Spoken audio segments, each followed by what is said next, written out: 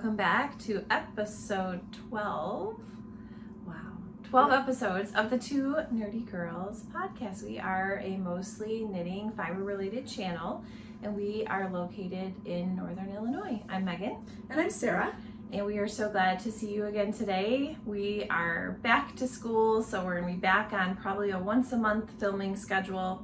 But we've got some things to show you today, a few sort of FO-ish, and the things we've been working on, the books that we're reading, and the things that we have been enjoying on TV. You can find us at Two Nerdy Girls Podcast, sorry to think about that, on Instagram, and you can email us at twonerdygirlspodcast@gmail.com. Anything that we talk about today will be linked below. If we ever forget anything or you have questions about it, please contact us either by commenting or emailing us, and we are happy to help you. So again, thanks for joining us. All right, so quick updates. What have you been doing since the last episode about 2 weeks ago? Yes, so I think shortly after we filmed, we went back to Northwest Indiana and we did a 30-mile bike ride, which we have done before. We're not like bike enthusiasts, we're not bike professionals in the slightest, but we did the Whiting-Hammond After Midnight bike ride, so it's shortened to WHAM, W-H-A-M, and we are 30 miles all through Northwest Indiana. There's one part where we like dip a tiny bit into Illinois, kind of like along the border there. It's all kinds of riding. It's like city riding, like through city streets, residential riding, nature paths. It's pretty well lit, because again, we start at midnight. It's pretty well lit. There are some spots where it's kind of dark, so we have lights on our helmets, lights on our bikes. Some people deck out their bikes with LED lights. I was gonna say, do people have LED lights and glow sticks? Because yes, they do. The WHAM bike ride turned it into a rave would be the dream. And there's people that trailer gigantic speakers, and they have like really good playlists, and so we kind of hang with them for a while. You have to finish the first 10 miles by a certain time of the night. This year it was 1:15. Last year it was earlier. So we, having never done it before, last year we were like, oh my gosh, are we gonna make it? Are we gonna be like these losers? Because you get basically turned back if you don't get to the 10-mile mark by a certain time, because then that just means your next 20 miles are gonna be that much further out. Yeah. But we had no problem getting there in time. We made it, way before we needed to. It was my husband and my son and me. My son is 12, and it's like just a fun ride. There's no medals, it's not a race, you're not timed, we're not raising money for anything. It is just a fun ride, and it is really fun. There are some interesting sections where it's Northwest Indiana, and you're like going past the BP refinery and also some water treatment plants where you're in this like beautiful nature area, but it smells so bad. Like I was like breathing through my, like in through my mouth, like, so it was just interesting. It was just interesting, all the different locales where you're riding through. At some points we're like paralleling 94, and anyway, it's very fun. We finished in about 2 hours and 52-ish minutes. Like I said, we are not professional riders. We don't go super fast. Our average speed was in between like 10.4 miles per hour and 11 miles per hour. There's bridges. Like if you've never ridden your bicycle up a bridge that goes over a road, it's steep. It's very steep, and there's one right at the end where I think you still have like 6 or 7 miles left, and oh my gosh. But the bad part of it is because I'm not riding a bike that is meant for long rides, I am kind of miserable the next day, and then I just go to the chiropractor and it's fine. But then we finished that up and then basically went back to school. Last week I worked 3 days for Institute Day, and then I had students for 2 days. But we are off to a great start. I've got a really sweet group this year. I have most of my classroom last year, plus some new friends. And I'm teaching 2nd grade this year. So lots to get used to and figure out, but you know, it's good to change things up and kind of reinvigorate yourself. You know that I love change, so it is something. She's the queen. Yes, and not because I'm like bored or I don't want to do something, but I love the challenge that comes with the change. Yes. And I really do. I thrive in change, so it's one of the things that I feel pretty confident in. Yeah. Is my ability to navigate change, resilience, and grit. Yes, and I don't know, I can kind of go either way. If I was staying in 1st grade, I think that would have been fine, and I would have been happy with that. But switching to 2nd grade, and it wasn't entirely my choice to do that. It was just how the situation was and what needed to happen, and I was the best choice to do it. You know, like I'm ready to meet the challenge and ready to rise up, and it's going to be fine. Yeah. I'm hoping it just kind of, you know, gives you that little goose of just reinvigorates things. Yes. Because when you do the same thing over and over again for many years, and this is my 25th year of teaching, so obviously after 24 years, you know, gotta change it up a little bit. So it's nice to change. And you know, it started out in my teaching career where I was being forced to change. It wasn't something that I was looking forward to. And then it's just, I think because of that, you know, I enjoy the challenge that comes with it. So, I mean, as a classroom teacher, I've taught 2nd grade, 3rd grade, 4th grade, 5th grade, and 6th grade. Like as the classroom, and then I was a specialist for 3 years, and in this position, where I'm working mostly with adult learners. So it's been good. I think there's something to be said for both. I worked with my own personal 1st grade teacher, and she only taught 1st grade.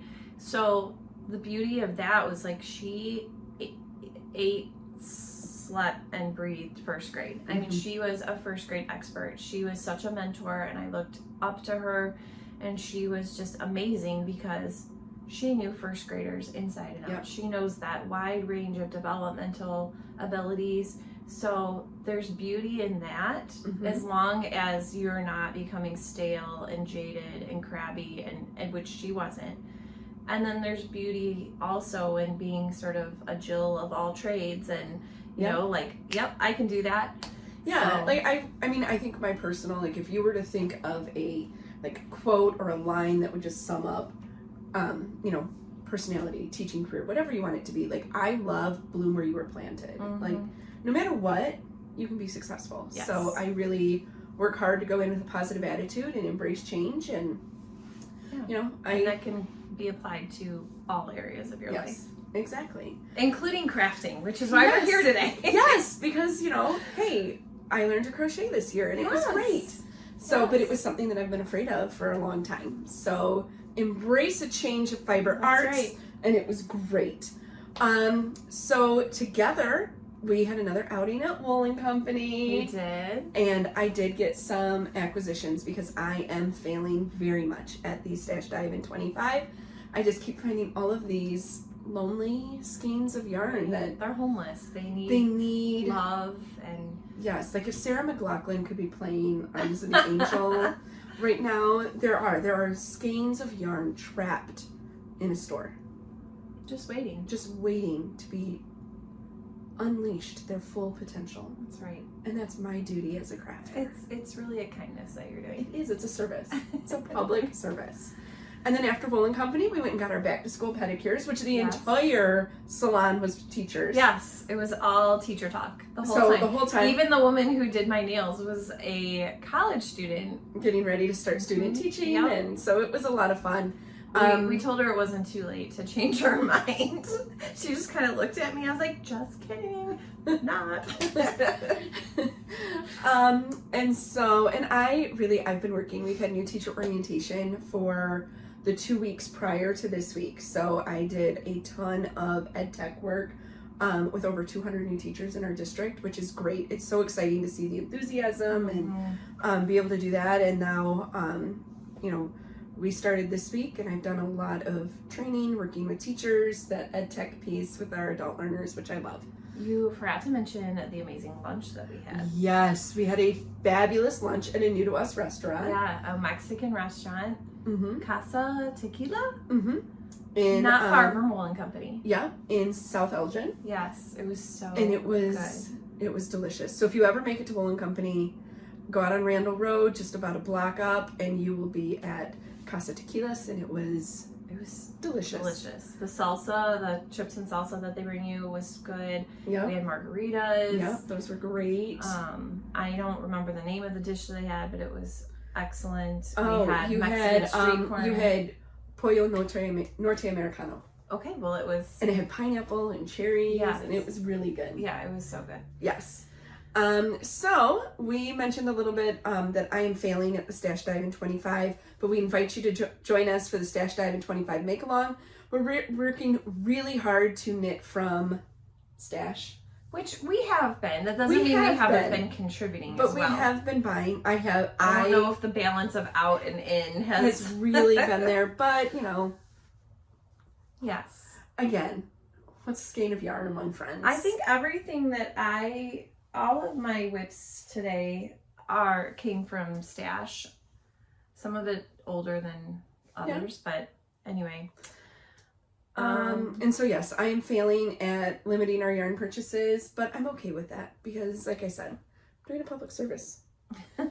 So, all right, what's our question of the day? We did get a response last time. Yes, thank you so much to our new friend and viewer that watched us for the first time. So we love that, and we love engaging with you. She had said that she has mostly fingering weight yarn because she makes a lot of socks. We don't knit a lot of socks, but I love a cool sock pattern, and we're not against making socks. It's just not like our go-to thing to make. So we'd love to know what pattern you would make again and again. So it doesn't have to be a sock pattern, but just a pattern that either you have made it multiple times, or it's that pattern that you keep going back in your mind like, oh, I really loved making that. I want to make it again. Yes. Okay, so what is yours? So I struggled only because there's so many, but I have been itching again to make another Anchors sweater from Petite Knit. Petite Knit. I thought that's what it was, but I felt like I was going to say something wrong. I have made one, and it's a DK weight sweater pattern, and the yoke is kind of ribbed, kind of an offset rib, and the increases are kind of hidden in the rib. And if you actually go back a few episodes, I'm wearing my Anchors. Yes. Maybe episode 6. Okay. I think we both did our first one in a fade, and I would love to make another one in a fade, but I also have a lot of this. Can I take one off? Absolutely. This Hippo Club yarn from Lolo Did It from her 2024 Hippo Club, where she just added different speckles every month. And so finally, by the time, this is November, so it's pretty speckled, but by the time you get to December, like every color of speckles, 12 months of speckles. So I thought doing kind of a gradual fade of a lighter speckle to a heavier speckle. Would you do lighter to heavier or heavier to lighter? Well, I didn't know how it would look if it was like super speckled with the ribbed yoke. I don't know. But I have I have less than 12 months because I did use it to make a shawl, which I finished in, I think probably the same episode, like episode 6. Yeah, maybe 5, 6. So. Yeah, so I did make a shawl. So I did use 3 months worth of that. So that was a really fun sweater to make. It was, and it's so easy. It's very comfortable. Yep, it fits well. It's a top down with the yoke and the raglan, and then you knit it all the way down. Obviously, you can customize the length. Then you pick up and join for the sleeves. I chose to do just a rapid decrease at the cuff, so I had more of a fuller sleeve. I don't know if I'll do that again or do something different, but. And I tried to do 3/4 length sleeves, but didn't realize how much sleeves, it was my first sweater, and I didn't realize how much sleeves like creep up. And so it's, what I wanted to be 3/4 when I wear it is actually at my elbow. I know. But it's okay. Like, I don't begrudge it. This time, I am going to measure a commercially knit sweater that I just like the way it fits, and make sure my sleeves are that length and the body length is. Yes. Because I tend to make things shorter because, well, I think I'm making them as long as I want them, but then it ends up being shorter than what I actually want. And I have the opposite problem where I think I'm making it the length that I actually want it to be, and then it just hits just a little lower than I would want, and I feel a little slouchy, but yeah, it's just I mean, I have only made 2 sweaters, right? The Love Note and the Inkers. Yeah. I'm making my 3rd right now. I have more on needles that I need to work on. And so it's practice. It's trial and error. Yeah, and just knowing how you like things to fit. And figuring out how to like change a pattern so that it fits your body shape, your body type. And so, because I am short statured, but I am long torsoed. Same. And so I'm barely 5'2", but I have a long torso and very stubby legs. So it is a very odd, things have to fit just differently. So, but that's the beauty of making your own garments. You can set it however you need to. All right, but you didn't say your pattern. Oh, the pattern that I would make again and again. So there's a couple. I'm going to narrow it just really quick. Ones that I have made again and again. I have made a ton of the Winterfell beanie and a ton of the River Bend beanie. Yes. I love them both. They're both great patterns. I also have made quite a few of the Limitless beanie. I love making beanies. I have 2 that I want to get started on right now. One is, they're actually right there, that golden color. This is going to be an Art Deco and it's pattern. More goldeny than it's picking up. Yeah. It looks kind of green. It's called Pollen, and it looks like pollen. It looks like breastfed baby poop on the camera, but it's really more honey golden in reality. And then the bright blue, Matisse blue from Malabrigo, right there. And that's going to be another Priscity beanie. So I have them ready. I just need to get cracking. All right. So we would love to know what is a pattern that you would make again and again, or maybe you have made it again and again. So we're always on the hunt for super fun, interesting new patterns. So we would love to hear from you on that. I have 3 tiny little FOs. They are additions to my little hamster family. I showed 4 last time, so this makes 7 completed, and I have 18 students this year. This is going to be their little gift at the holidays. They get to adopt a little hamster. They're so cute. Oh my gosh, look at this guy. He got a little fatter than everybody else. He got a little stuffed. And he really likes his alfalfa. Be nice to him. Yes, we are not going to body shame hamsters. So I love the pink nose on this one. So I did make a slight, very, very slight alteration to the pattern.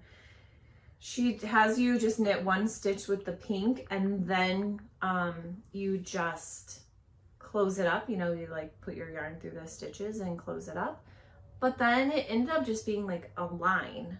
So then I did 1 more row, and then I got the little V to make it more like a triangle. So I just do 1 more row. So cute. Because I don't know, I feel like it should be a triangle instead of a line. And then, I don't know, I was thinking like, well, why is that? Why is a stitch only a line until you like do another round? I was trying to figure out like spatially, like, and just how knitting is constructed, and then my head exploded and I was like, I don't know. So I have 3 more to add to the little ham family. I still have a lot more to make, but they go together really pretty fast. They are so cute, and I love the yarn. That's Loops and Threads. Yes, it's Loops and Threads. By Michaels, which we were at Michael. We forgot. We also went to Michaels. Yes. And just how impressed I have been with their Loops and Threads line of yarns. And that, you know, for an acrylic yarn, I mean, acrylic yarn gets a bad name. It does. But this is a really nice acrylic. And this one has like a perfect little there is a halo to for it. Fur. And it's got the Tweety bits. Yeah, like I would wear a sweater of this. And I am going to. I am going to. There's a beautiful pink colored, it's a kind of a ballet pink, maybe a little rosier than that. It is beautiful. There's also a beautiful purple color, more like a lilac. Sorry, I need to like, excuse me. It is called Heathered Tweed. It is a DK weight yarn.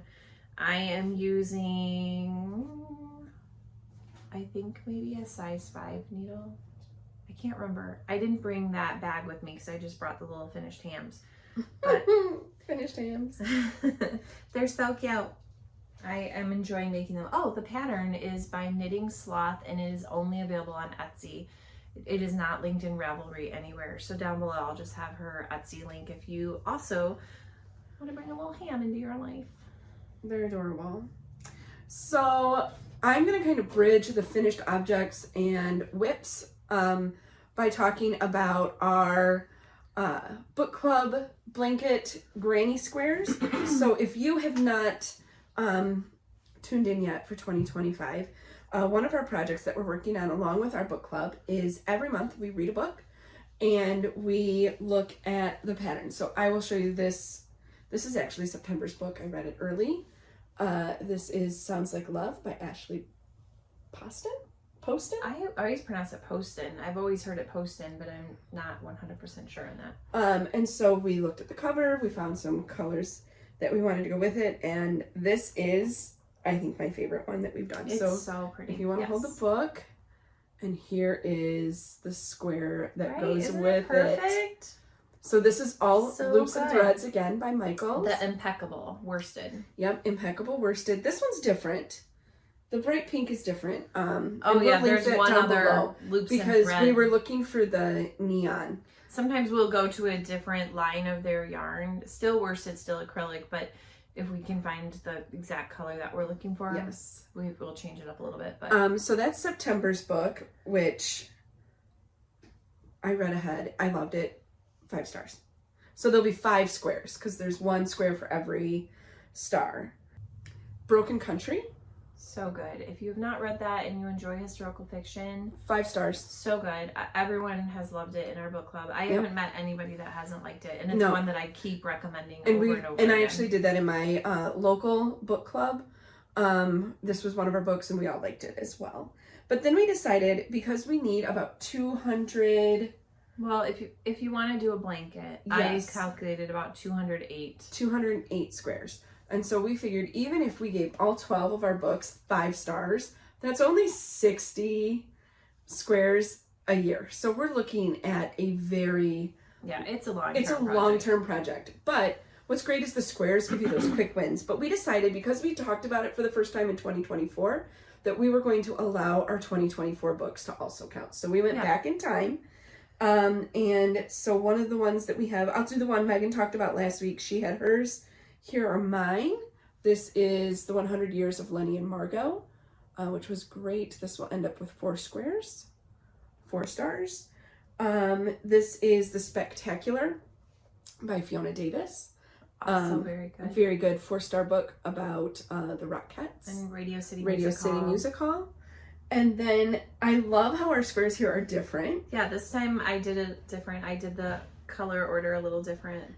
This is for the book Kindred by Octavia Butler. Also fantastic. Another 4-star book. It was so unique because it's historical fiction, but it's got a time travel element to it as well. Yes, if you haven't read it, it is. I would recommend it was really great. And this is another.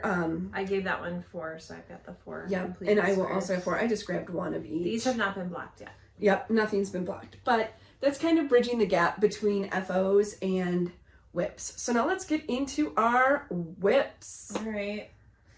Hey Sailor. Oh, we're going to start with the one that we're both working on. And if you're tired of looking at this every week, well, you're going to keep looking at it. It'll be a while. But I did do a progress keeper. I did as well. And I realized that my progress keeper is way too heavy. It keeps pulling my stitch down a little bit. But, so this is where I was in our last episode. Right here. And I have been able to... Oh, wow. You got like a good 1.5 inches, I would say. Yeah. And I haven't really been working on it too much. I love your Smurf progress keeper. I do too, but it's so heavy. I need to change it. It's stretching that stitch. Oh, yeah. So I need to change it out. You have a good amount too. So yeah, I've done maybe like 1 inch from the last time we filmed. My progress keeper is from Knit for Brains Designs, and I picked it just because of the colors. It's one of those conversation hearts. It says "Be Mine." And this is the Hey Sailor by Andrea Mowry. We're knitting it on size 3 needles.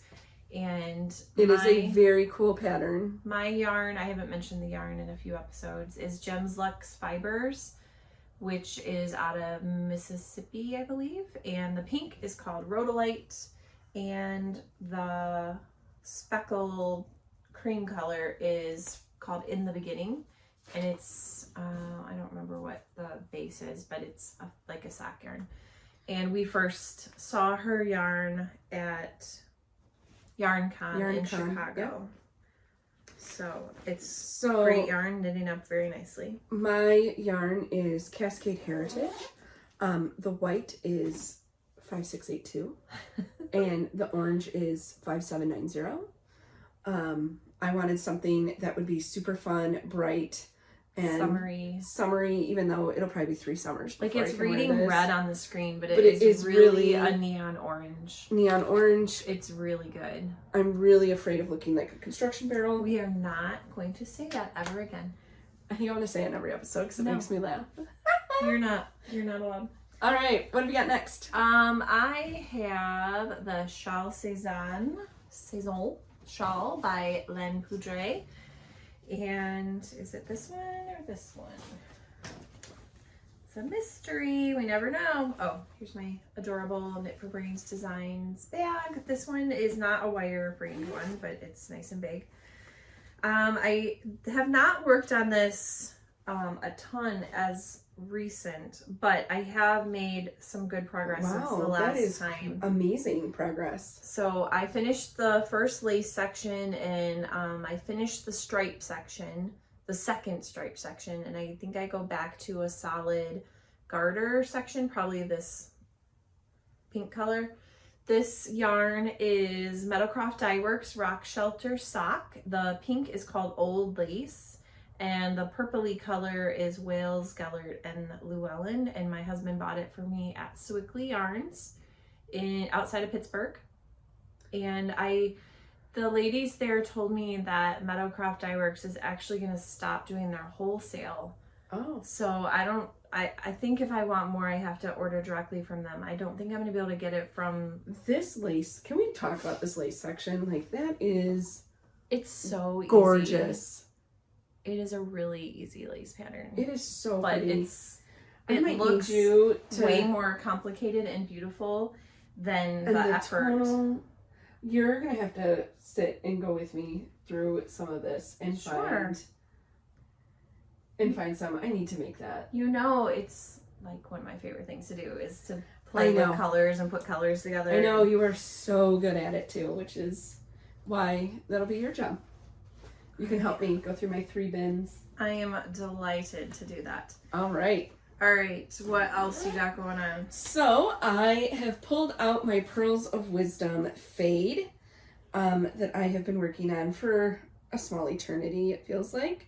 But in exciting news, I have finished the first sleeve. Yay!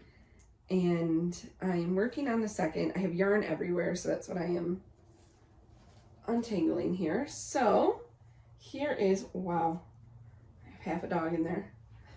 Here is the sweater. Look at that finished sleeve. There's my finished sleeve. So this is again, I think I mentioned it before, it's a little bigger than I wanted it to be. So I'm going to be very, very careful as I block it because it is superwash. But I love the fading. And the fading is much more subtle, I feel like, in reality. Than it's reading on camera. Yeah, the camera, I mean, it kind of puts it into chunks, but just trust me, in real life, she's done a fantastic job of fading them together. They really just sort of like drip into each other. It's great. I really am happy with it. Nice so job. This is a hedgehog fibers that I started with and then went into pineapple yarn. I have another little bit of, I needed a brighter pink that I just didn't have enough of.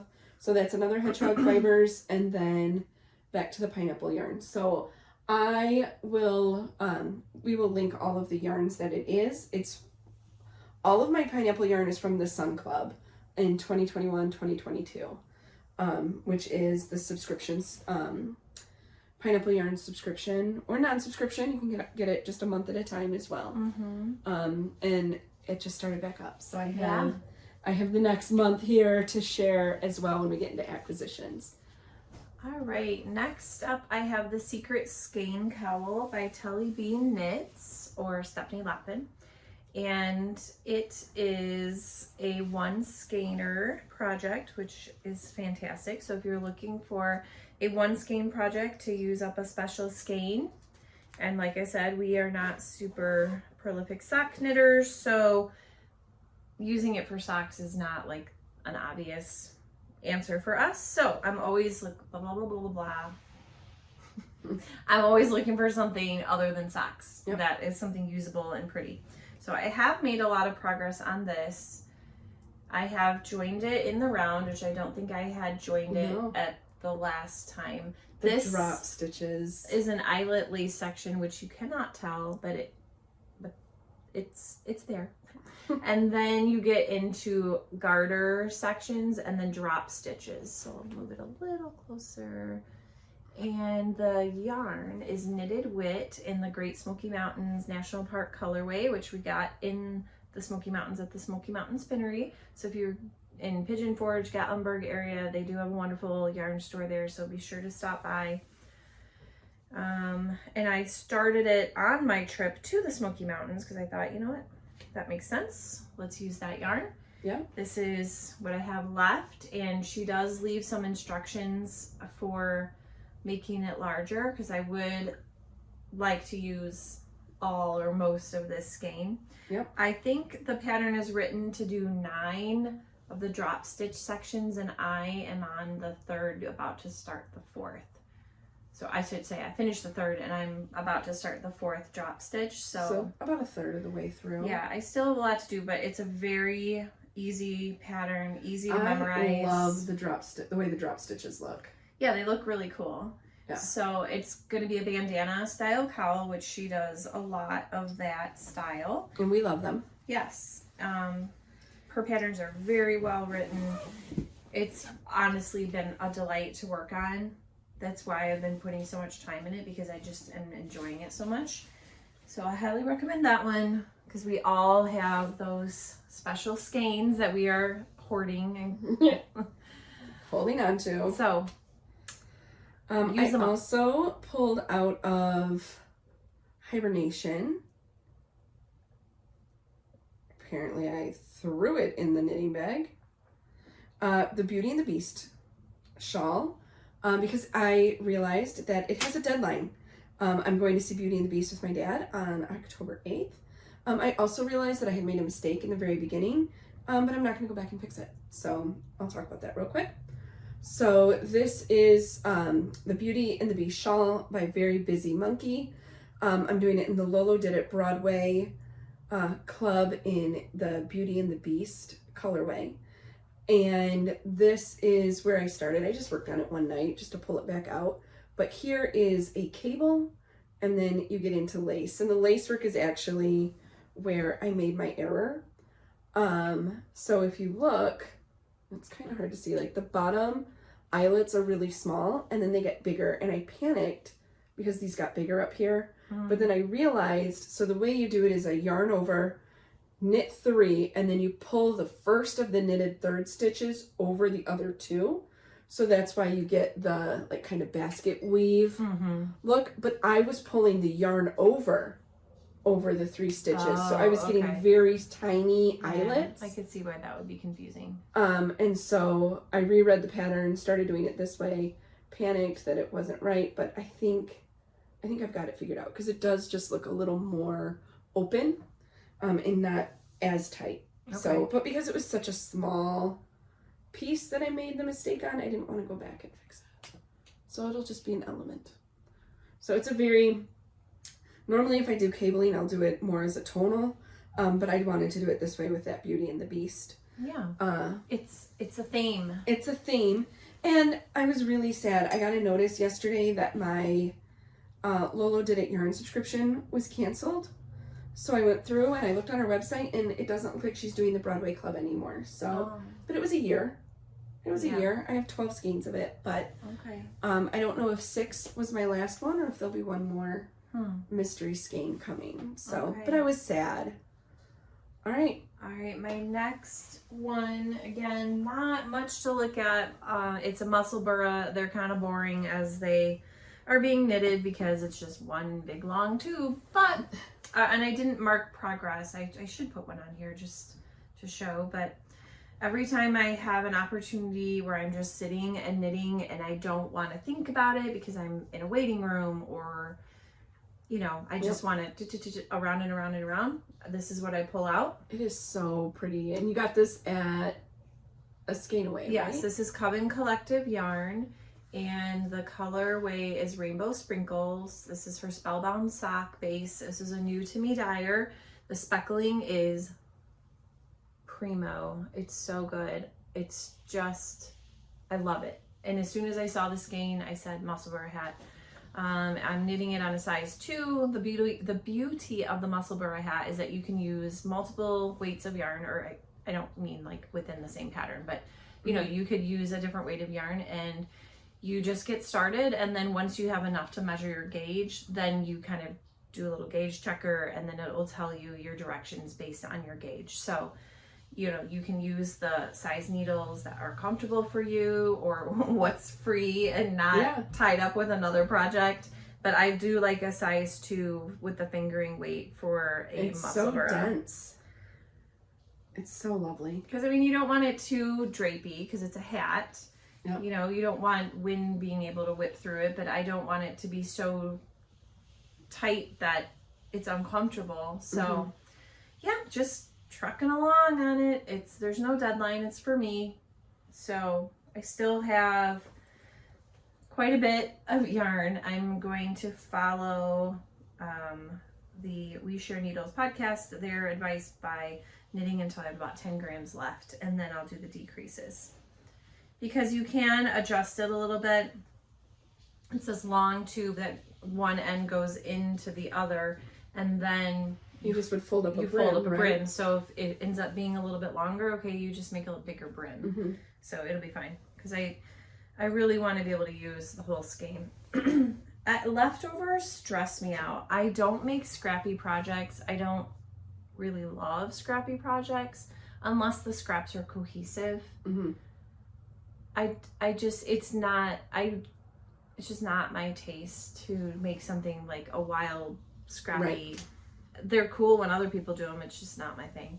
I've been working away on my son's Mario blanket. I'm not going to bring it every time just because until I have something to show, like maybe strips that I put together, because right now I'm just knitting. I'm crocheting. It's a crochet project. I'm just crocheting granny squares in colors, and then it's like pixelated and it makes the picture of Mario. I'm just gonna glance at my phone here to tell you where I'm at with how many squares I've done. I have crocheted 83 out of the 252 squares.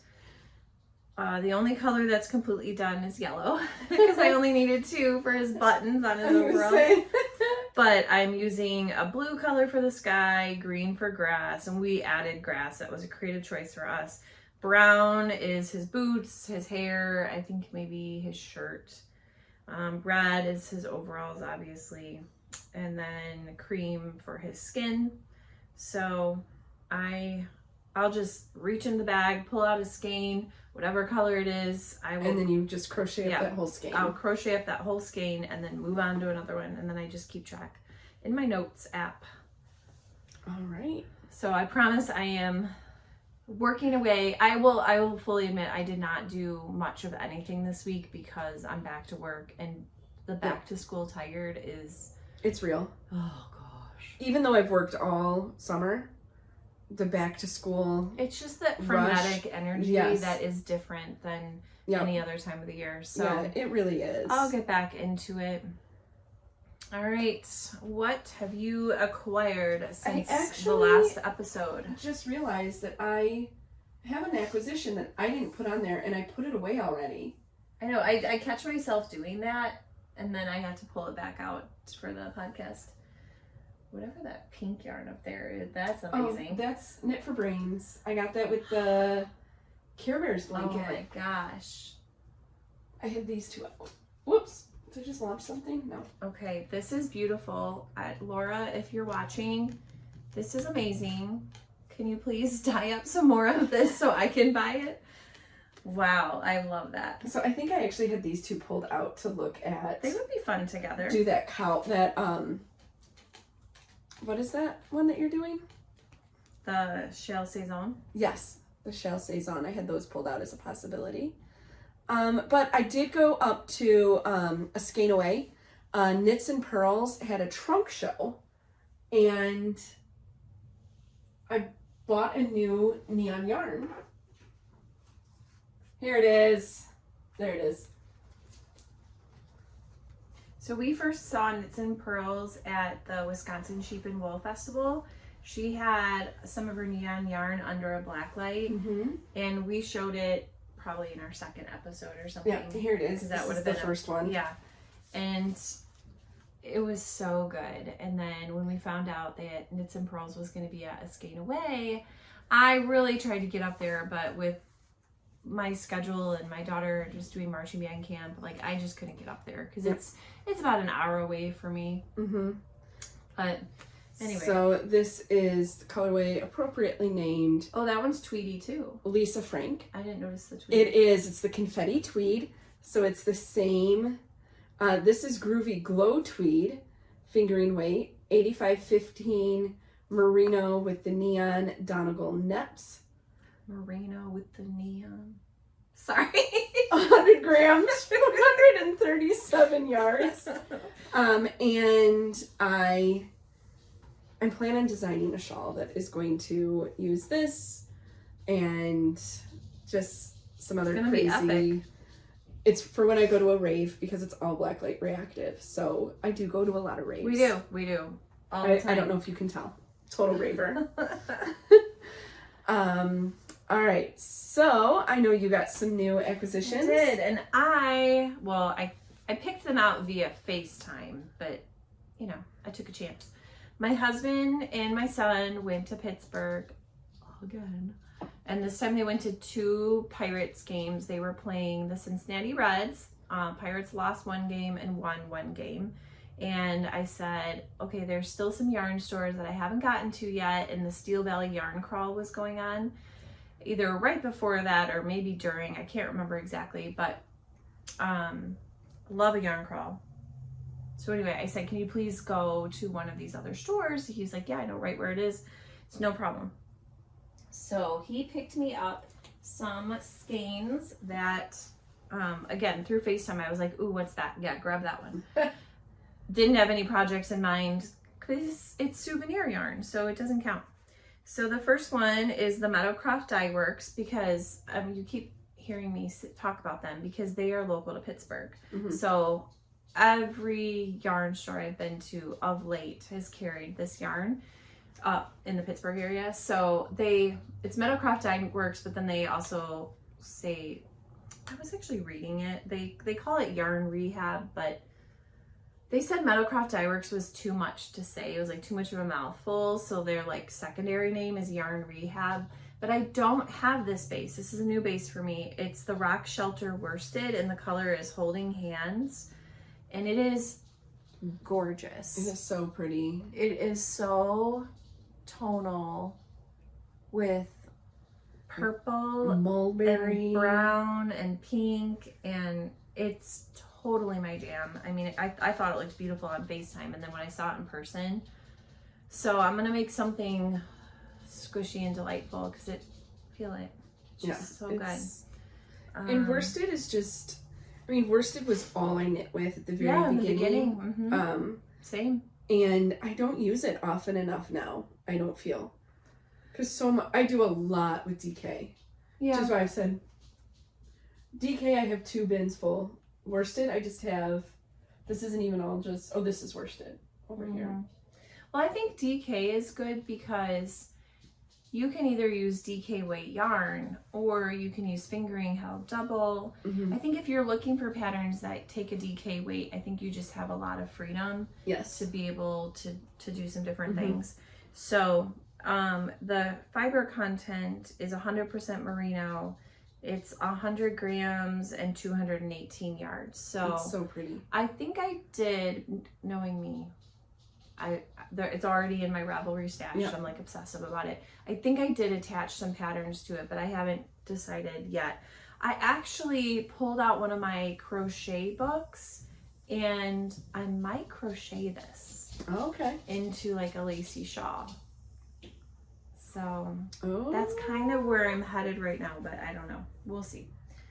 All right, continue. So as part of the neons that I just showed, I did when we were at Yarn and Company get or did I say Yarn and Company? New store I'm inventing at Wool and Company. Another of the Cascade Heritage. This is just in a plain black, so that I can pair it back to the neons here and just do a little bit of color play. Yeah. So I'm excited. Really cool. And I love this Cascade Heritage. I think it's a really economical option for fingering weight yarn. Yeah. And this is specifically what I went to Wool and Company to get. But then while we were there, I was gonna say you were really pretty constrained, and then we saw this yarn languishing in a crate. In the sale crate. In the sale crate. And there were 4 skeins of it. And so it is Speckled Puffin by, what is that? Quince & Co. Quince & Co. And the colorway is Sun. Isn't it pretty? So it has these great flecks in there. I have picked out a pattern. It is going to be a shawl by Stephen West, whose name escapes me at the moment. So stay tuned for when we work on that. So I'm super excited. Yeah. I cannot wait to see it knitted up. It's so soft. It is. The fiber content is 95% South American wool, 3.5% acrylic, and 1.5% viscose, which is probably the Tweety bits. Yeah. Wouldn't you say? Yeah, so it'll definitely, once it's done, it'll be a steam block and not a wet block, but it is so pretty. It needed a home. You can wet block it because it's mostly wool. It's mostly wool. Yeah. So yeah, the stitches will relax nicely. Yes. Then, so I'm excited for that. My last, well, almost last, I have one thing to talk about, kind of continuing from last week. So when we were at YarnCon, there was a booth, Ex Libris Fibers, and I can't remember where she's out of. Oh, Pittsburgh, Pennsylvania. Weird. Yeah. I didn't know she was from Pittsburgh. And we saw her for the first time at YarnCon. Yeah, we saw her for the first time at YarnCon, and I was like, wow, she has a lot of pop-ups at Pittsburgh stores. That's where she lives.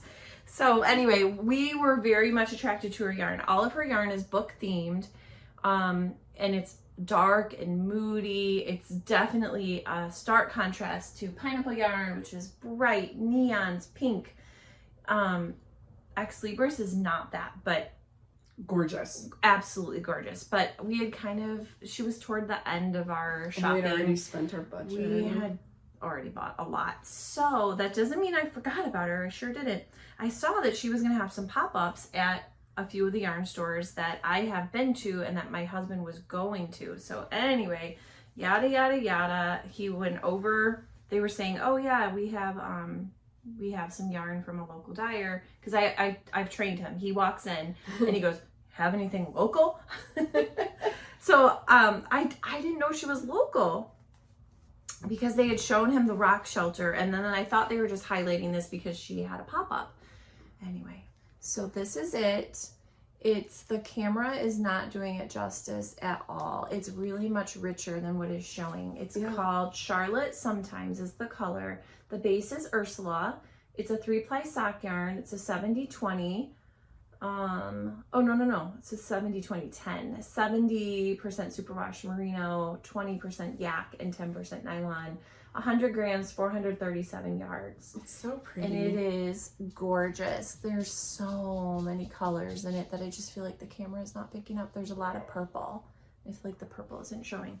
But there were only 2 skeins of it, and I had him grab one, and he's like, well, there's only one more. And I was like, grab it. Just take it. And then I could have a little more freedom. So I did also pick out some patterns for this. Because I have 2 skeins, I'm going to make a garment. Okay. But probably like a tee, you know, obviously not something that's going to have like, because sleeves eat yarn so much. So much. So something without sleeves. I did pick out a few patterns, but some kind of pretty knitted tee is my plan for this, because while it is very variegated, the colors are so dark. I think it's just going to look rich. It's not going to look too stripey, I don't think. It would look really nice paired back with like a natural undyed. Yeah. If you needed like color work or something. So I highly recommend checking out her website. She sells online, or if you're in the Pittsburgh area. Oh, I totally didn't even say what yarn store it was. That's terrible. It's Yarn Bits and Bobs, and it's in the Pittsburgh area. I couldn't tell you where it was because I've never been there, but they were super nice and friendly with my husband. They were not annoyed that he had no idea what he was doing. They didn't care that he was on FaceTime with me. Right. They were very lovely, and he said after he hung up with me that they were super nice. So and I'm just like so thrilled that she was local to Pittsburgh. I don't know how that fact escaped me, but anyway. You learn something new every day. I am so thrilled with this yarn. I cannot wait to use it, because as much as I love all the bright, I love that, I love this too. Yes. So I have one more acquisition, and that is the August 2025 Mystery Club from Pineapple Yarn in Lonnie DK, and I've been teasing Megan with it. She has not seen it yet. August. What will the tag say? August. Okay, great. And so it was a mood board. And here it is. Oh, it is really pretty. So lots of very rich colors in there. I'm so excited for it. Now, she told me that I might feel sad that I didn't get it, because based on the mood board, I was like, that's not totally my jam. Okay, would I pick it up in the store? Would I be drawn to it to pick it up in the store and take it home with me? No. If I did go ahead and do the monthly subscription and just, you know, you get what you get, would I be happy with it? Yes. It's beautiful. I'm just clearly, though, I mean, pinks and purples are more my... And I'm very much the green and blue. Yeah, you like those more cooler colors. So It's beautiful. Don't get me wrong. It is beautiful. But I'm okay. You're okay. I don't feel like I'm missing out. Okay, I don't good. have I didn't FOMO. want you to have FOMO. No. All right, good. The one that we got... this pile of yarn that I just keep like sticking behind her on her chair just fell off. Wow, that's a lot of yarn. It is. It is. That's okay. Okay, so funny / weird story. My husband brought my yarn to me after they returned back from Pittsburgh, and they were like super excited to show me. And he, you know, he was like a little kid. He's like, you know, do you really like it? Is it what you wanted? And I said, yeah. And then I said something out loud. My intrusive thoughts came out. I was like, actually, I'd really love to just like lay on the floor and like Scrooge McDuck in the yarn. And he just looked at me. He was like, you are so freaking weird. I was like, I know. Well, I mean, let's continue this intrusive thought because we've done it. Yeah, we kind of did. The last time we had the pineapple yarn subscription, we took all of the yarn and we wrote our initials of our names on so it. we wouldn't get it mixed up. And we put it all on the floor and we just like... Snow angeled in it. Yeah. Like swam, did the backstroke like Scrooge McDuck and his coins. Okay, I hope you all... Okay, do you guys appreciate our Gen X references? DuckTales, Scrooge McDuck, when he's like diving into his coins in the episode. Into his money bin. Yeah. And then, okay, so I sent this to her, but I saw this meme that said, basically the premise was the person was at the liquor counter and didn't have their ID. And so they said, will you accept me singing the entire song of DuckTales from memory? DuckTales, woo! Okay, anyway, moving on. My last thing is kind of a continuation of what I talked about last time. When I was in Pittsburgh myself in July, from Moon and Yarn Craft Room, I picked up the Granny Square flower kit. It's not a kit. It's just a card deck. And I love every single one in here. Like, making a blanket with all these different squares would be amazing. However, the only way they are written is charts. And I don't like charts. And I'm not going to go on that tear again. But I saw that there was an offer to purchase for less than $10 the written version of all of these charts that are in here. So each square is a chart. I obviously can't show it to you. I was like, should I suck it up and just, learn and grow and figure out the charts? But for $10. For $10 to pick something that is the way that I think and the way that I learn. So I did go ahead and do it. It's on Kindle only, but I thought that if there's one that I'm working on, I can just take a screenshot and I can print from my phone. And I did take a copyright class when I was getting my library science endorsement. And because I did purchase it and it's only being used by me, I'm not violating copyright like I would if I was like, here, Sarah, you can have it. But, so like, don't turn me in or anything. But I'm like, if I just take a screenshot and then I can just print that and then just have it take that with me. Because Kindle is the only. Now, would I ever do that with a Kindle? Am I going to like photograph every page in a Kindle? No, don't do that.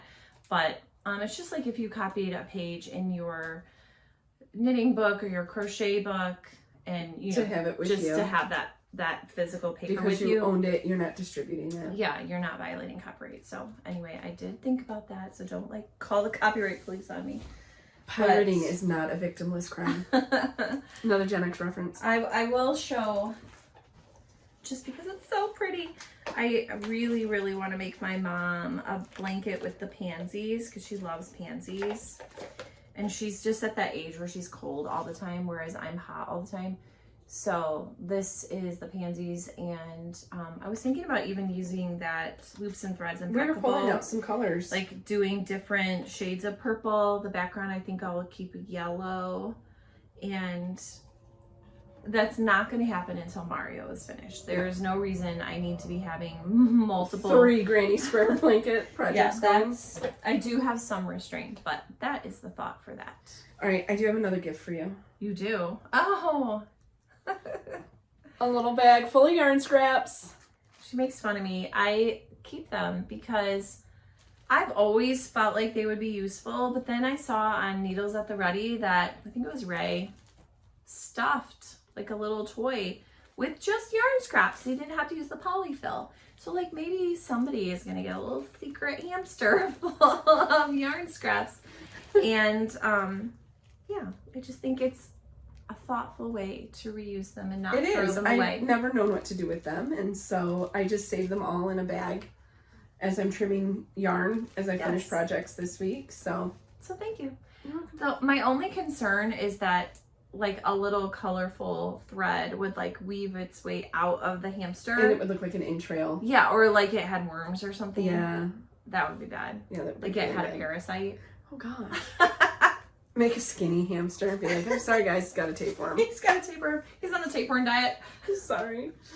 All right, so now into our next nerdy part of what are we currently reading and watching. So I'm currently only reading one book. Oh, that's shocking for you. I know, it is. And it is The Names by Florence Knapp. I'm barely into it. It was recommended by my friend Dawn of What's Dawn Devouring Lately. And this has been on my hold list for months. And the premise is, how would a child's life turn out based on the name that he is given? Oh, and so it's told with 3 different timelines, the same time, but what's happening is different based on that child's name. Wow. So whatever name he was given. Like so I'm barely into it. I just started it. I'm going to add it to my Goodreads right now. And so I'm really excited to keep reading it as well. I, much like my knitting, I'll do that later because I can't do that and talk at the same time. I love to have a lot of knitting projects going at the same time, and I love to have a lot of books going at the same time. So I started The North Woods by Charles Mason, I believe is the name. And I'm listening to that one, and I own that one. Daniel Mason. It is historical fiction about a particular cottage up in the North Woods in New England. Could be like upstate New York. Not really sure. Maybe they said it, but it's an audiobook, so sometimes little details like that escape me because I'm driving. Anyway, and the cottage sees a lot of different inhabitants over the years. And so right now we are in the 1700s, getting, well, probably more like 1800s, early 1800s, because the current inhabitants are 2 sisters, twin sisters, and they have an extremely unhealthy relationship with each other. And without getting into a lot of it, nope, not even gonna say that detail. Just dysfunctional? Extremely dysfunctional. All right, I'm gonna add One to it. might say murderous. Oh. Just kidding, but not. So it's good. I would say it was kind of giving me like The Frozen River. Did you read The Frozen River? No, I don't think so. I think if you enjoyed The Frozen River, I'm not saying their storylines are similar at all, but it's just sort of the vibe is similar. Okay. If you enjoyed The Frozen River, I can't remember the author's name, you might like The North Woods. The cover is very interesting to me. The cover is, so there's the cover. And I can't tell. Is that a mountain lion? Yeah, it's like a giant, they call them like catamounts in the story. Okay. So because the trees are so little, it's hard to know, like, are those just weeds or are they trees? Is it a giant mountain lion? And that's a very, like, human. Yes. I don't like it. Put it away. It says it was a finalist for the Pulitzer Prize, so I feel like it balances any trash that I read. But I am enjoying it. All right. I am also reading The Goddess of Warsaw by Lisa Barr, which is a World War II Holocaust fiction book. I've talked about it in previous episodes. Clearly, because I am reading so many books at one time, I'm not focusing my energy on one book. So this is the second time I had to check it out because I only read it for so long and then it has to get returned. Well, I've checked that one out 4 times and still haven't finished it. So I am enjoying that one as well. On your recommendation, I started Finley Donovan is Killing It, and that one is written by L. Cosimano, and I just started it, I think, yesterday. It's also an audiobook, so I had to pause North Woods to put on Finley Donovan is Killing It. I am enjoying it. I listened to that one as an audiobook when I was in the car and then read it. I'm probably 3 hours into it, maybe. Mm-hmm. Let's see if it will tell me how. So I'm like, yeah, just a hair under 3 hours, so about 29%, 30%. It's about a 9-hour book. I am enjoying it. I think there are times where I just laughed out loud. Like, yes. I find it very witty. I started the second book, but have put it off to the side, so I don't even consider it on my list of what I'm currently watching. It's about a woman who is a divorced mom, barely scraping it together. Her ex-husband is a real doozy, a real turd, and she like stumbles into being like a hit woman, and it's funny. I would say if back in the day or even now you like the Stephanie Plum, that's what it reminded me. It gave me very much early Stephanie Plum, like before where you're just like, oh my gosh, just pick either Morelli or Ranger. Yes. Like it's just when you once you got past like I think number 10, I was like, yeah, but like just that bumbling, like don't know what they're doing. Yeah.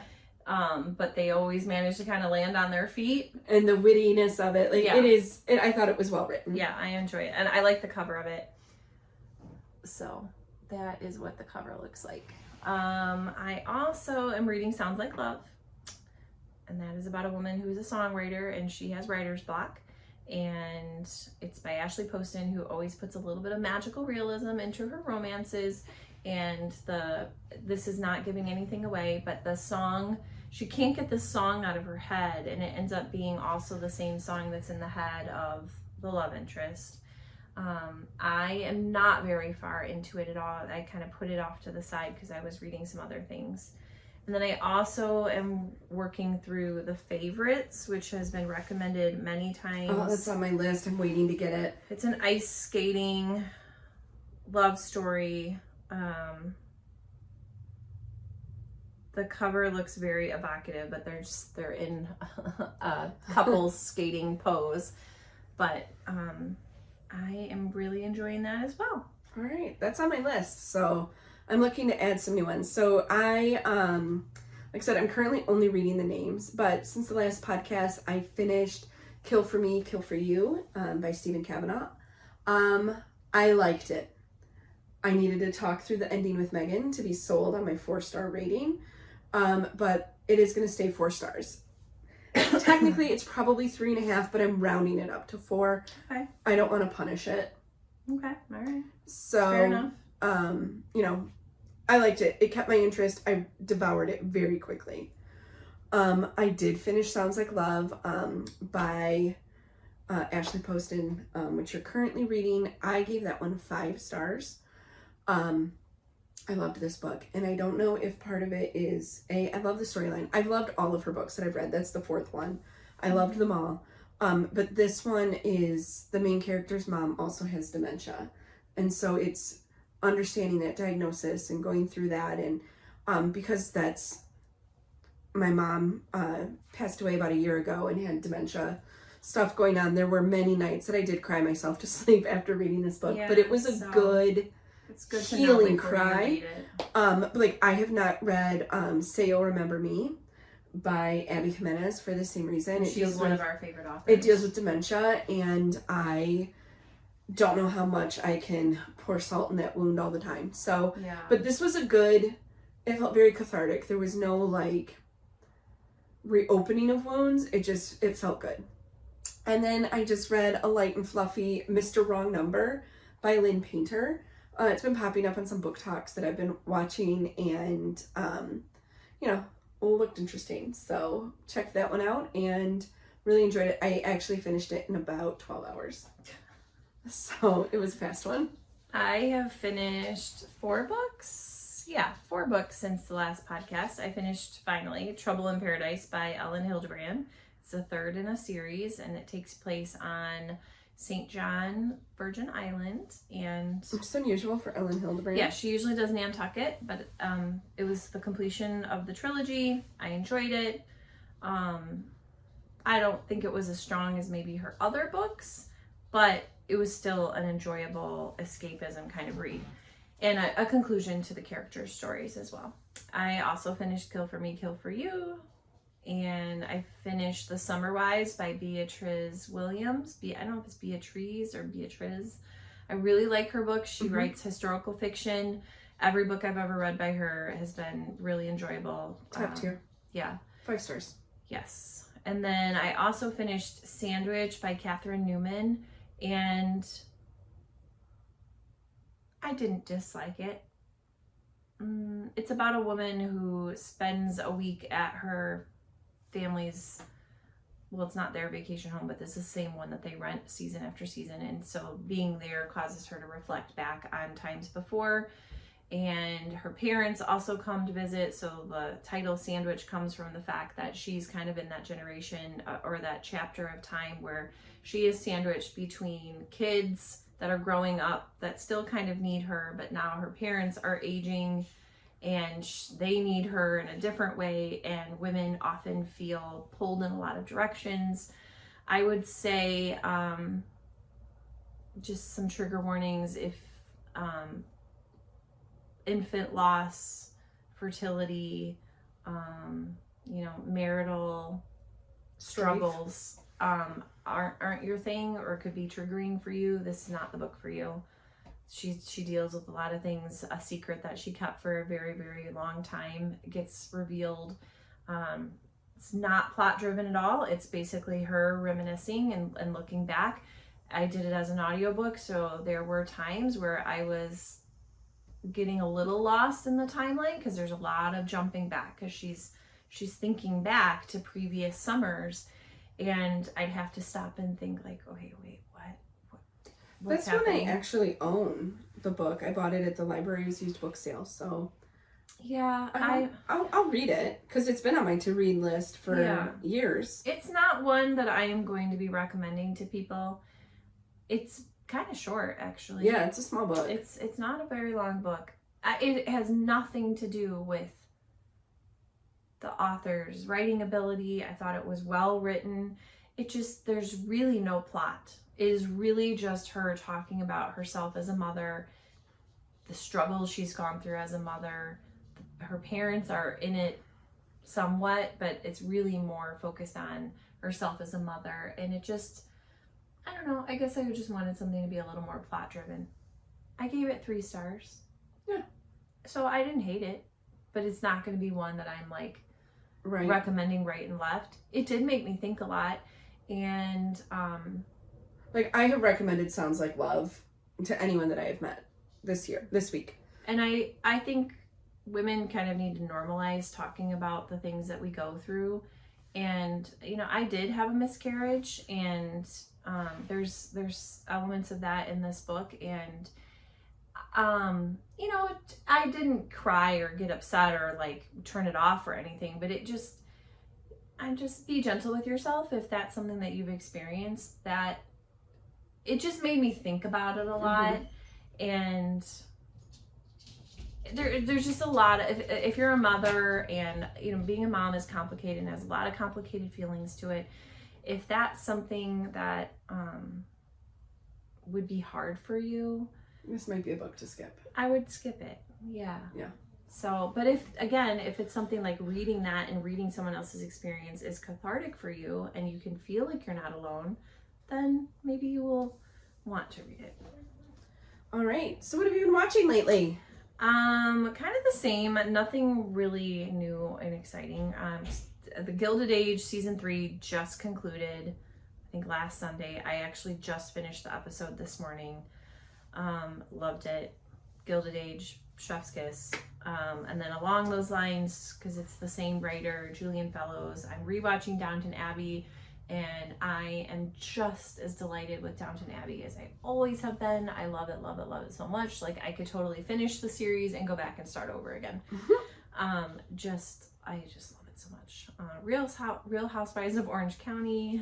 Gotta have a little balance. And then a new show on, I think it's the Magnolia Network, but I'm watching it on Max. So anything that you can watch, I think like Discovery Channel or like the Discovery streaming service. Anyway, it's called Back to the Frontier, and Chip and Joanna Gaines are the producers, and they take 3 different families and take them out to definitely west, so maybe like Colorado. I'm not quite sure exactly where they are, but they take away their jewelry, their makeup, their anything modern, their electronics, and they plop them into this frontier style home in the 1880s, I want to say. And they basically have to fend for themselves. They have to figure out how to farm the land, make their food, take care of livestock. They do get a little bit of help. Like there is a general store where they can buy some things. And then the families, so they have to prove themselves, which if you were given this land back in the real frontier times, you had to prove yourself that you could make a go of it in this new territory. And so they have to do the same things that the settlers would have had to do. And you also apparently at that time needed to have families vouch for you. So there's some beef between two of the families because, of course, like we got to have a little bit of drama. Have some drama. So the families are very diverse. There's two gentlemen that are there with their boys, their husbands, and then there's a Black family. And so their experience, part of their experience is looking back at like what an opportunity this was for Black Americans at that time who may have just left slavery, and what their experience would have been like and how it would have differed from a white family. And then there's another family, a white family, and there's some beef. And so are those other families going to vouch for them? Are they going to be successful at the end of it? It's fascinating. It's reality TV. I love reality TV. I don't, and I want to watch this. So it's great. I would highly recommend it. They learn obviously a lot about themselves, and it makes you think while you're watching it, like, could I do this? Right. Could I make it? Could I have been a pioneer? Where are you landing on that fence right now? I don't know. We have come so far as a society with making life comfortable. I don't know. There's times where I'm like, I could do that. Like, I think I have enough grit and perseverance that I could figure it out. Mm-hmm. But man, it would be miserable. I mean, they don't have running water. They don't have plumbing.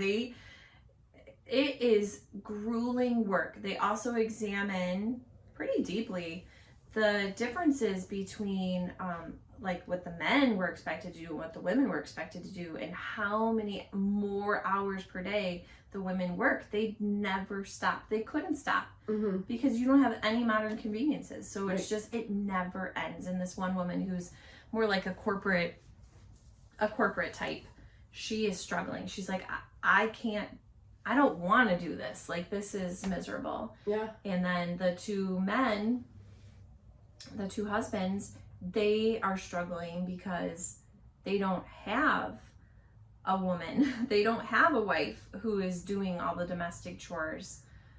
So it's a very interesting social experiment. Okay. I think I'm going to add that to my list. Yes, please do, and then let me know what you think. All right, because the only thing I'm currently watching is Blood of My Blood, which is kind of like a prequel story to Outlander.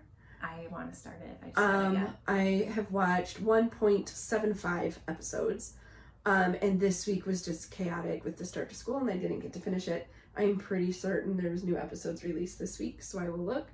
But that is on Stars, and I really liked it. Like, I thought it was slow to start. I was a little hesitant. By the end of the first episode, I had like my crochet hook in my hand and my mouth open, like watching it, like, what's happening?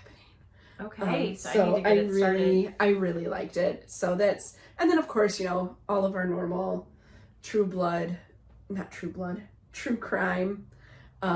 shows that we like to watch. We watched True Blood. I was thinking that the other week too. I liked that show when it was on. But true crime as well, which I have determined that I don't ever want to be described as being the life of the party or having a smile that lights up a room, because you're gonna be first to go. I don't want to be a victim.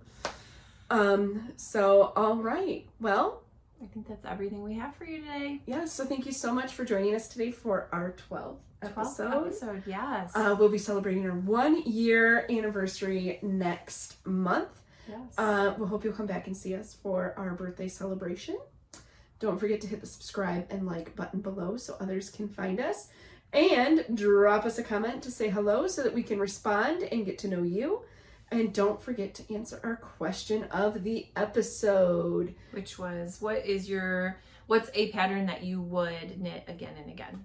Or crochet. Or crochet, yes. Or weave. Yes. We don't discriminate. embroider, whatever you would like to do, whatever fiber art floats your boat. So answer that question, and we would love to hear from you. And until next time, stay nerdy.